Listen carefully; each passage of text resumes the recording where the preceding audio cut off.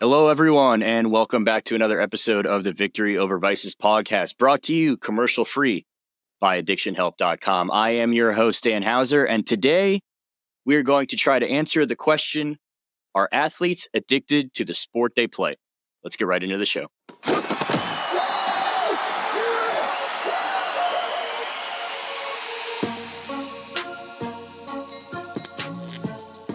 All right, so today we're going to talk about something that, quite frankly, I haven't really seen a lot of conversations being had about. So far in the first couple episodes, we've talked a lot about gambling and sports betting. We had that episode with Mike McDaniel. Those are all conversations and topics that have, for the most part, been widely covered. But when you think about the question of, are athletes actually addicted to the sport that they play? Nobody's really having that conversation. And so I thought, what better of a platform and an opportunity and a way to have that conversation than right here on the podcast. And so just a quick kind of little recap as far as kind of how the thought kind of played out in my mind, as I was kind of putting the episode together. So let's face it, anyone who has watched sports, we see it far, far too often. Guys that are hanging around the league that probably shouldn't be playing anymore. You might be watching a game one night, no matter what sport it is, and thinking to yourself, oh, I didn't even know that guy was still playing. And so there's probably a good reason that you have that reaction, mostly because it's everyone, including sometimes even themselves, can tell, it's time to hang it up, guy. Like, what are we really doing here? And so, for every John Elway who wins a Super Bowl and just walks off and says, that's enough for me, see you guys later, there are hundreds and hundreds of examples of guys that are just hanging around the league too long.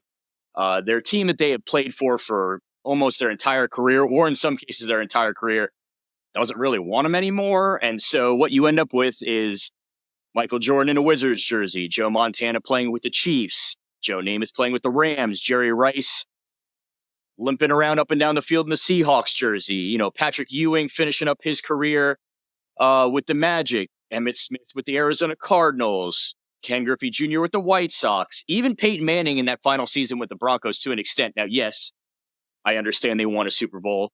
Whether, what you could argue how much of that Super Bowl actually had anything to do with him. And, that's a whole nother argument for another episode or for another show. We could probably do a whole show just on that alone. But that's just an example. The list goes on and on and on and on. But when you really sit down and actually think about it, you remove your you remove your biases and your opinions and your why is this guy hanging around still, and you truly, truly think about it. It really is kind of hard to blame these guys because if you think about it, in order to not just play a sport, we've all played sports in our lives, whether we played soccer growing up as a kid or we played even through high school or even some of us to the collegiate level. Quite frankly, there might even be some listeners who even made it to the professional ranks, whether it was, minor league baseball or whatever it may be. In order to play, not just play a sport, but to play it at that level where you are the top of the top of the top of the 1% of your craft, your brain has to be wired different. We talk about it. We hear about it on sports shows and debate shows. These guys are just wired differently, or these guys they have a something about them that the rest of us don't. And, in order to reach that level, you almost have to be obsessed. You almost have to have this kind of obsession.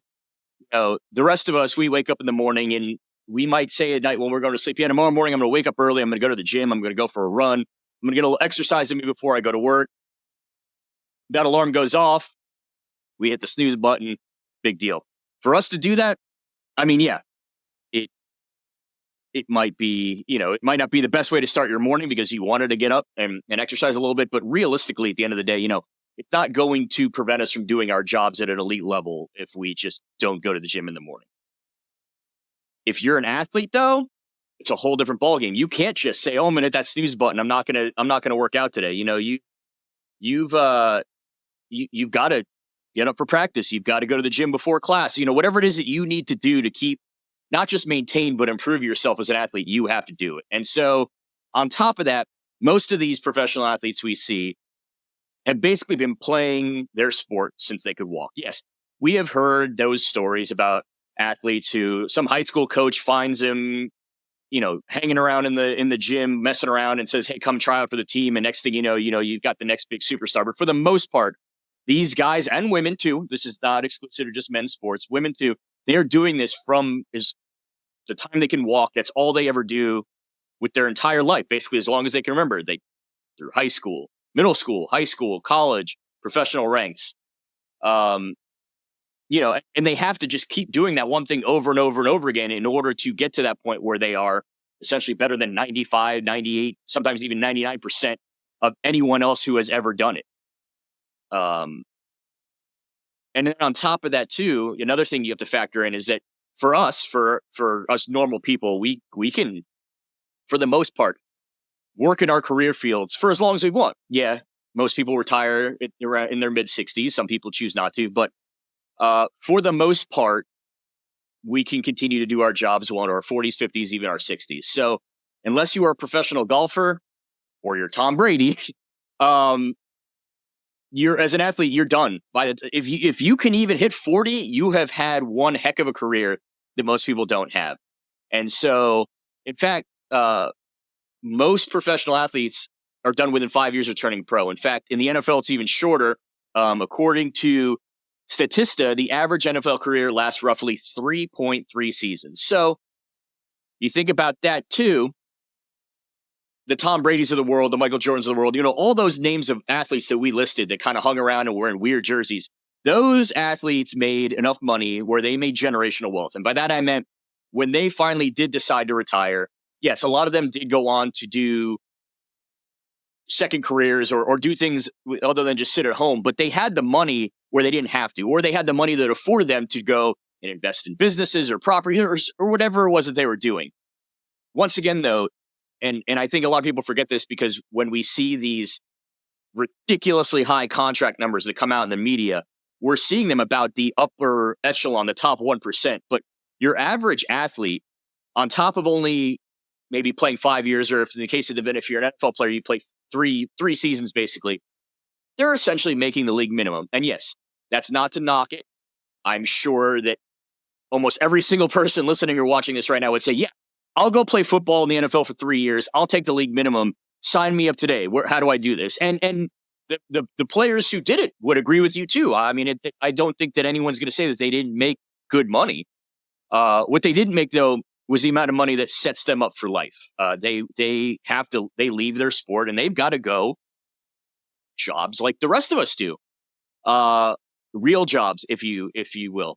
The problem with that too, though, is that for better or for worse, these athletes, like I mentioned, have done nothing but play their sport their entire life. They haven't really thought about what the next step was. Like so many of us, we go to school, whether it's high school, college, vocational school, whatever it may be, to study something so we can be good at our craft. Well, for them, what they studied is playing their sport.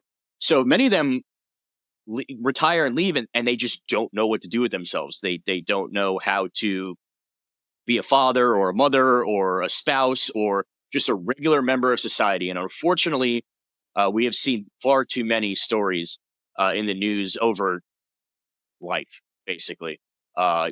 Professional athlete retires at a young age. They may end up in legal trouble, financial trouble. They may, unfortunately, go down the road of drugs and alcohol and develop a substance abuse problem. And so it all kind of stems on the fact that they don't really know how to do anything else.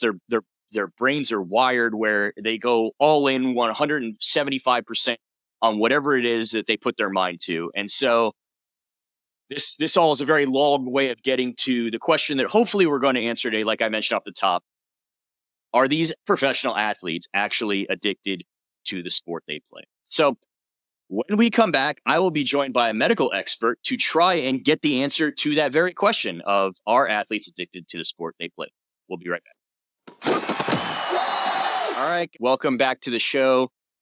I am joined today by a very, very special guest, as you guys can see on the screen here for those of you watching. Dr. Natalie Klag, who is an assistant professor of psychiatry at the Ohio State University. She also works within the Department of Psychiatry and Behavioral Health as well at the Wexner Medical Center. So, Dr. Natalie Klag, thank you so much for joining me today. I know you and I were chatting a little bit before we got on the air here. So if you want really quick, just whether it's a Reader's Digest version, just kind of share with our audience a little bit about yourself, your sports background, kind of your history, both in the medical and the sports field, and then we'll go from there. For sure. It's nice to be here. Excited for today. So yes, I'm Natalie. I work at the Ohio State University.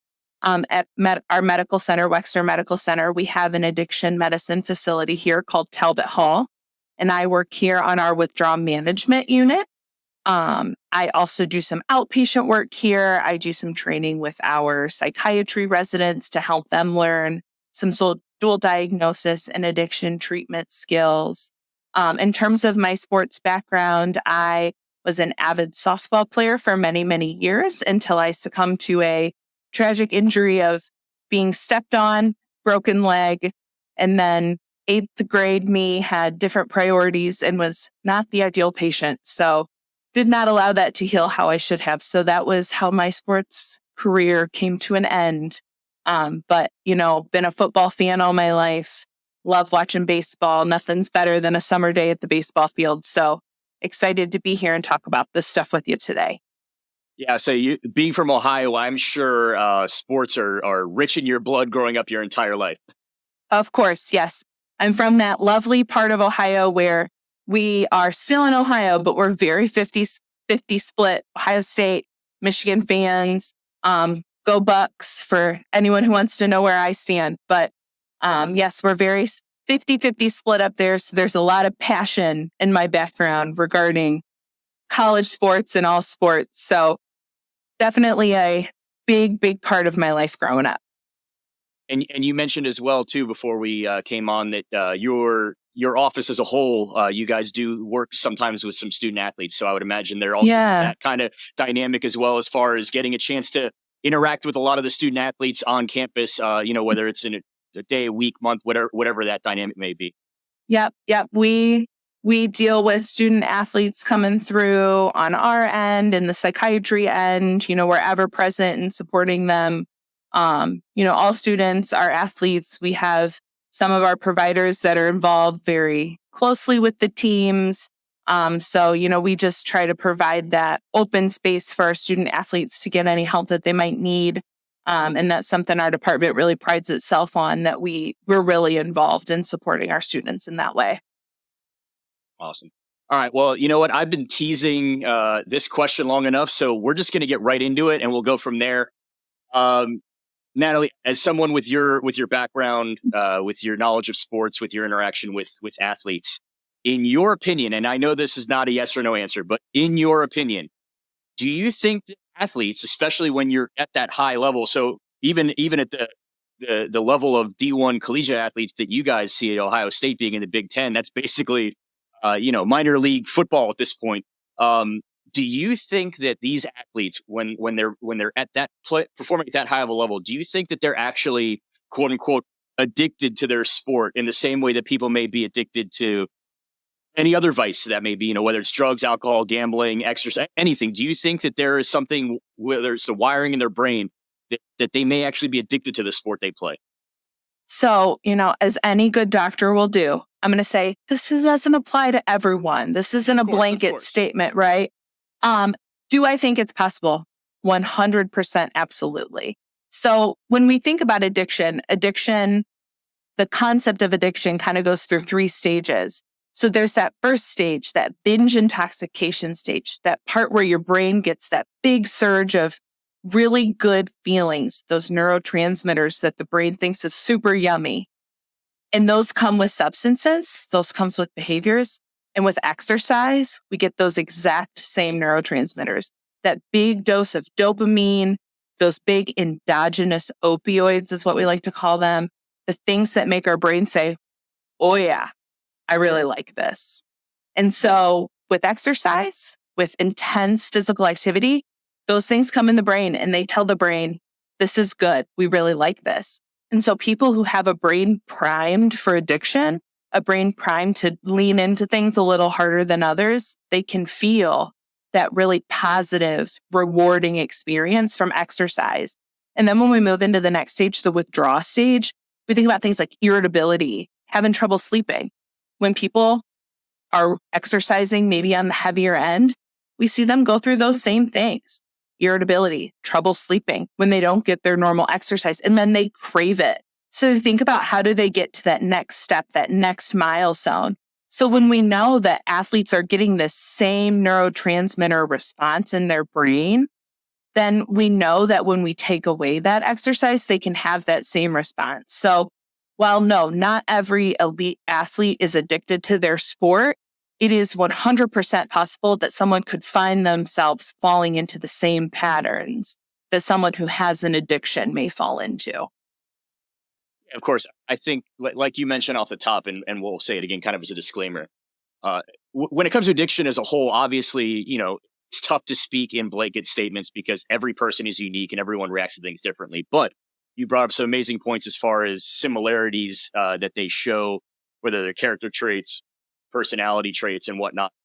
So kind of keeping on that theme and moving into the next question. So a lot of times in sports, and we hear it particularly when it comes to guys or girls for that matter, coming back from injuries, that like the average person would be like, oh yeah, that I wouldn't be able to play for weeks or months, and they're back in the same game or they're back the next day. We see it a lot in hockey with these hockey players. And a lot of times you'll hear pundits or people to justify saying, oh, well, so-and-so, that guy or that girl, they're just wired differently. They're wired differently in order to be able to do this.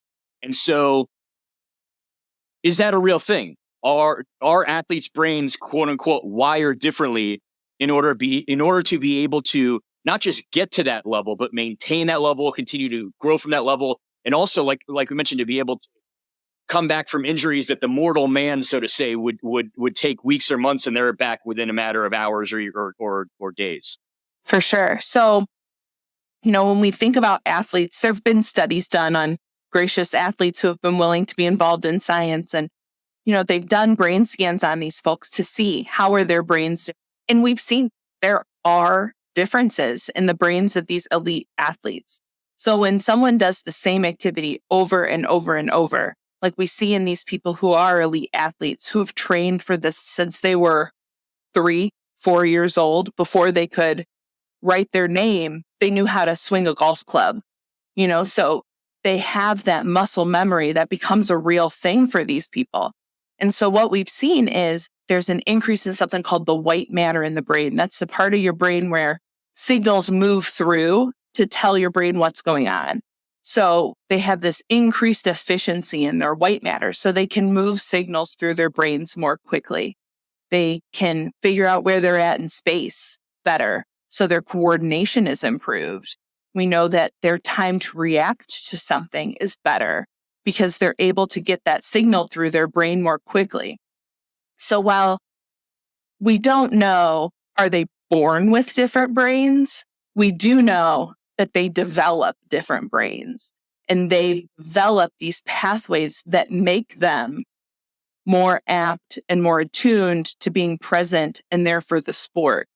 They also are able to filter out extra noise. So they have decreased background noise in their brains. So when they're there, they're hyper focused in a way that most of us couldn't be in that situation. You think about the roaring crowds in a football stadium, it's so loud you can't even hardly hear yourself think. And they're in the middle of it. Well, they've got the fans, they've got the music from the stadium surround, they've got their teammates talking to them, and they're able to filter all of that out and be present and be there on the field to make the next play. And that's not something that the normal brain could do. Yeah, especially right where you're at, you look at the horseshoe there. Ohio State could be playing against themselves. We see in the spring game every year, and you still got 100,000 people packed into that stadium making a ton of noise. So there definitely has to be a way to kind of filter all that out. And along those lines too, I guess if you want to call it mental fortitude or however you want to describe it, what exactly, in your opinion, what kind of levels of kind of that mental honing in, you could say, or mental fortitude is needed really to be an athlete at that level? You touched on just example of blocking out kind of that noise, but it goes obviously way beyond just that. Yeah. So thinking about people who enter into this world of elite athletics, most of them, obviously there's, the rare story you see on ESPN that really takes us off guard. But most people start training for this from the time they're very little, right? All their free time, all their extracurriculars are involved in going into this thing. And a lot of times there's a lot of stress, a lot of focus, a lot of emphasis put on these individuals about their athletic performance. And so when we think about the way that these people exist in the world, everything is kind of on this one activity. And so when we think about it, it's almost a little bit of fight or flight for these folks. This feeling of, if I don't do this, what is all of this for? If I don't achieve this thing, who am I? There's almost this sense of self that doesn't have very firm footing without this one thing. And so when you think about the way that their brains live, especially in those young developmental years, a lot of these folks live in this high stress environment for a long time, even if they have supportive family, friends, all of those things. And so they develop this just very strong aptitude to hold that stress and thrive in that stress. And so I think, while there's this fortitude of, I can do it, I believe in myself, there's also this feeling of, if I don't do this, who am I? What do I have without this thing? And so learning to cope with that stress, to channel that stress into what they're doing and let it fuel them and their achievements, I think is more when we think about mental fortitude, we think of it as a intrinsic property. And while there's definitely some of that, right? Like some people just have that by nature, I think sometimes it's an adapted skill for a lot of these people who have just learned to live in this environment for most of their life. So I touched on it a little bit at the front end of the show, but obviously with your medical background and profession, so a lot of times we see these athletes, and I mentioned some off the top, some examples of Michael Jordan playing in a Wizards jersey, Joe Montana in a Chiefs jersey, stuff like that. It's because these guys, whether they have this inflated opinion of themselves and think they can still do it, or they just don't know what else to do with themselves and they don't want to hang it up, they stick around too long. And so I'm sure a lot of that has to do with, like you mentioned, they literally have only done one thing basically their entire life since before they could even walk or when they could start walking. That whole brain wiring that you talked about and everything that they go through their entire life, how do you think that factors into, unfortunately, how we see a lot of these athletes later in their life, whether it's they stick around too long until they're a shell of themselves, or they do finally retire, and whether they get into financial trouble, legal trouble, trouble with acclimating back into normal society. I guess my question would be, how does their upbringing and their wiring for all those years kind of play into their unfortunate demise? Not everyone, of course, but some of their unfortunate demise as they kind of get older and have to reacclimate themselves into a world that they never really truly lived in up until that point. For sure. So, when we think about addiction here, we talk about the biopsychosocial model of addiction. It's a big fancy word to say, what are you biologically, naturally inclined to do? What are you psychologically inclined to do? And what are you socially inclined to do? Biologically, we know that there are people who are apt for addiction. Their brains are primed for addiction. We know that people with mental health concerns are primed for addiction. We know that social activities, social behaviors prime people for addiction. When you take somebody in the sports world, if they came out primed for addiction, and then you put them in a world where they are under stress all the time, constant stress hormones flowing through their brains. Plus, they're in a world where, let's be honest, substances, risky behaviors are like common. You can't get through the Super Bowl without seeing how many commercials for alcohol. For now, with the legalization, at least here, of sports betting, you can't get through any of those programs without seeing those commercials. So it's so commonplace in the world of sports to have these risky behaviors be a normal part of your day-to-day activity. Think about the celebrations we see in the locker rooms after the World Series. What do they all have? Champagne. right? So when you think about these brains that are under stress, that may have been primed for addiction from the beginning, and then they're put in a social situation where all of these substances, all these behaviors are right there. They're given more money than they know what to do with. That impulse control that maybe they didn't have when it came to exercise or to training. Now they need in order to keep themselves out of trouble, but it's not something they've had practice growing, right? They can swing a golf club with the best of them, but they can't say no to something because it's just not a part of their brain that they practice using very much.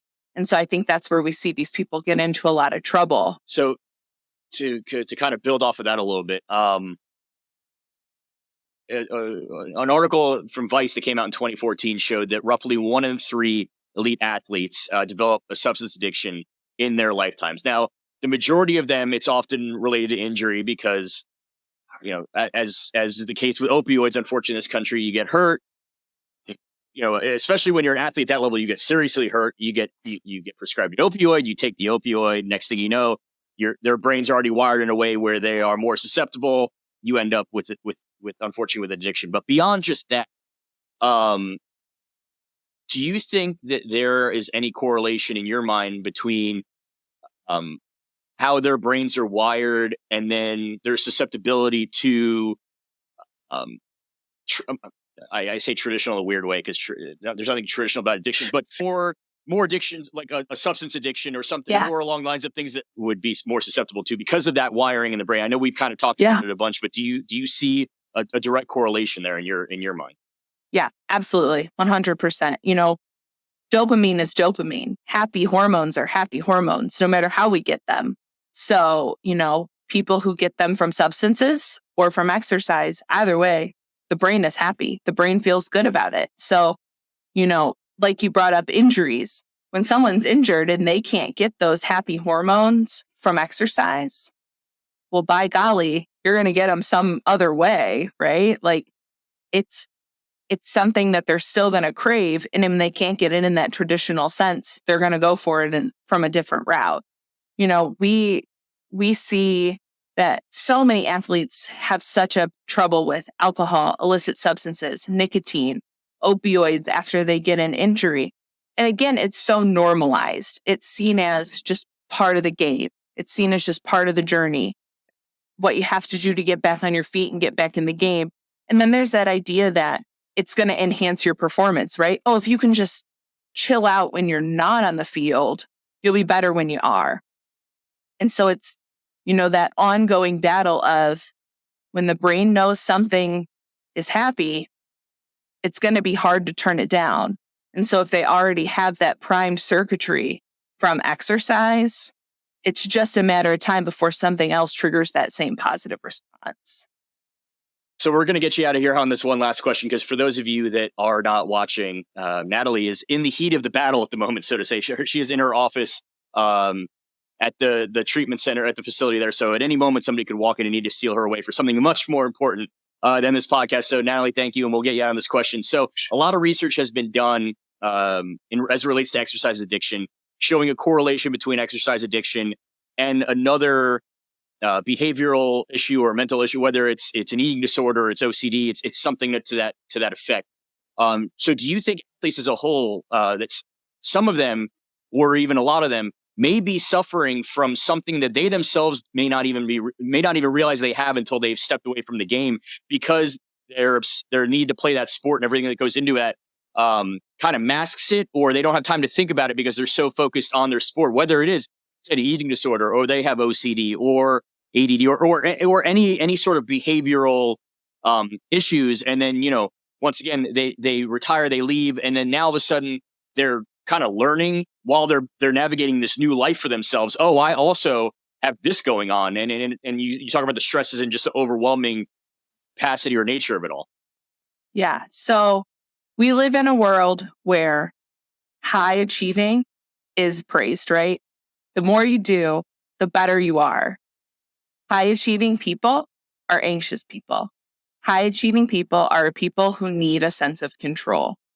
That's no different for these elite athletes that we see. right? They deal with these same social pressures, these same stressors that the rest of us deal with on a daily basis. And so, someone with anxiety is just seen as a high achiever in a lot of places in our world. Someone who is very particular about things, who does things ritualistically, has OCD, but the world sees that as discipline. And so for these athletes, the things that they struggle with, the things that are their vices, the things that are the burdens they carry, so much of the world praises that because it's what gets them to where they're at. It's the thing that allows them to be successful, that drives them, that keeps them going. But then when you remove the achievement, when that's no longer the goal they're working for, they're left with those uncomfortable feelings. And that's when they realize, like, ooh, why do I feel uncomfortable on the inside? Right. And so it's that idea that in one world, it serves you, but in another world, it harms you. And I think we see these people who are held to such a high standard, who are praised for these things. And then when the thing that we're praising them for isn't there, that's when they realize that it might be a problem. So, I think a lot of athletes have those things. And really, the sports world is a hard place to be vulnerable, to say, hey, I'm struggling, right? They don't want to be seen as weak. They don't want to have to take the time to get treatment. And so it's seen as a weakness. And so that's a real big challenge. And so I think once they're out of that sports world is when a lot of people notice themselves struggling. All right. Well, Dr. Natalie Klag of the Ohio State University, thank you so very much for coming on with me today and talking about this topic. And hopefully for some out there, I know there's not a definitive yes or no answer, but hopefully we've gotten closer to one definitive way or another on that question. So thanks so much for joining me today. Of course, it was an absolute pleasure. I hope that someone out there hears this and, is able to reach out and get some help if that's what they feel like they need. All right, that'll do it for today's show. Thank you so much to Dr. Natalie for joining me today. If you liked what you heard today, as always, be sure to like, subscribe, rate, review. We are on all traditional podcast platforms, whether it's Spotify, Apple Music, or anywhere else where you get your podcasts. And then, of course, we have our video version of the podcast on our YouTube channel. So please continue to share it, continue to like, continue to subscribe to all of those feeds. And of course, with today's topic of conversation on addiction, whether it be exercise addiction or any kind of other addiction or substance abuse, I would like to take this time, as I always do, to remind our listeners out there that if you or a loved one is struggling with substance abuse, addiction, or mental health, help is available. As we like to say, it is okay not to be okay, but if you are not okay, there are people out there that want to help you. So please seek out those professionals to get the help that you need today. Addictionhelp.com is a great resource for whether you're looking for more information about anything that we talked about today. A number of other great resource pages, including for numerous other types of substances of abuse. And then, of course, also if you're looking for ways to start that treatment process and get the help you need, you can find all of that over there as well. So thanks so much for joining me today. I hope you guys all enjoyed this show, and we'll talk to you next week. Have a good week, everybody.